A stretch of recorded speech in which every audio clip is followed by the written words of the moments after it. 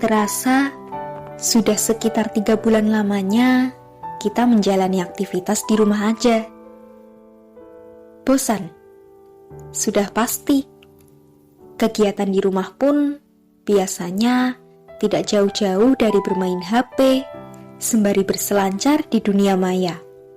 Seperti berkirim pesan dengan teman, melihat story atau feed Instagram, dan media sosial lain yang tak jarang menampilkan berbagai konten jenaka.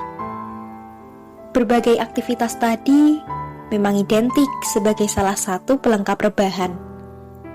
Tak dapat dipungkiri, rebahan atau sekedar berbaring menikmati waktu yang kian berlalu memang sangat nyaman dilakukan. Bahkan bisa dikatakan aktivitas ini sudah mendarah daging atau menjadi rutinitas sebagian orang.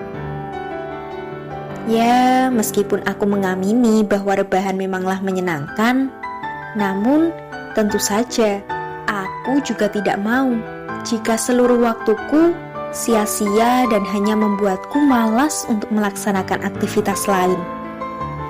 Pasti kalian tahu kan, kalau segala hal yang dilakukan secara berlebihan tentu saja tidak baik. Begitu pula dengan rebahan. Tentu saja sangat wajar jika kita menyisakan sebagian waktu untuk rebahan sebagai upaya menghilangkan segala penat setelah beraktivitas. Namun, kita pun harus bisa mengontrol waktu dengan baik. Kapan kita harus rebahan dan kapan kita harus berproduktivitas.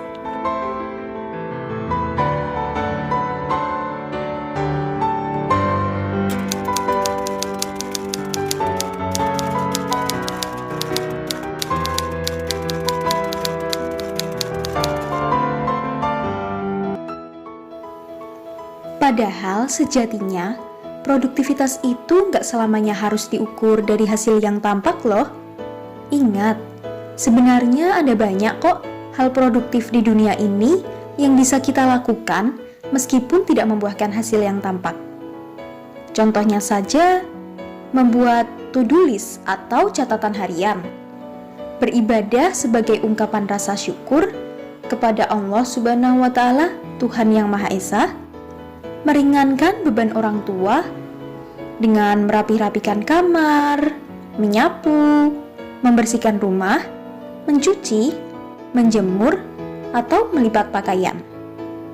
Bahkan bisa dengan memberi makan hewan peliharaan, mencoba berbagai resep makanan, berolahraga, belajar, dan mengerjakan tugas sekolah ataupun kuliah, membaca berbagai buku kesukaan, atau sekadar menyempatkan waktu bermain bersama adik-adik kecil nan lucu di sekitar rumah. Kegiatan-kegiatan tersebut memang gak menghasilkan produk yang tampak, bukan? Tapi setidaknya kegiatan tersebut sudah menjaga kita untuk bahagia. Tentu saja kalau kita mau menerima semuanya dengan penuh rasa syukur yang ikhlas. Percayalah bahwa segala hal positif yang kita lakukan dengan ikhlas akan selalu menghasilkan sesuatu yang baik kok. Jadi, sekarang gak perlu minder, stres, ataupun cemas ya kalau kita merasa apa yang kita lakukan selama ini gak produktif. Mungkin kita hanya perlu mengganti paradigma berpikir kita akan konsep produktif yang tidak selamanya harus membuahkan hasil yang tampak. Karena sejatinya, kita bisa mengubah rebahan menjadi produktif, meskipun hanya dengan melakukan hal-hal kecil saja. Nah, begitu ya teman-teman. Semoga apa yang kami sampaikan dapat bermanfaat bagi teman-teman semua, dan kalian dapat mengambil hikmahnya. Terima kasih sudah menyaksikan. Sampai jumpa di lain kesempatan.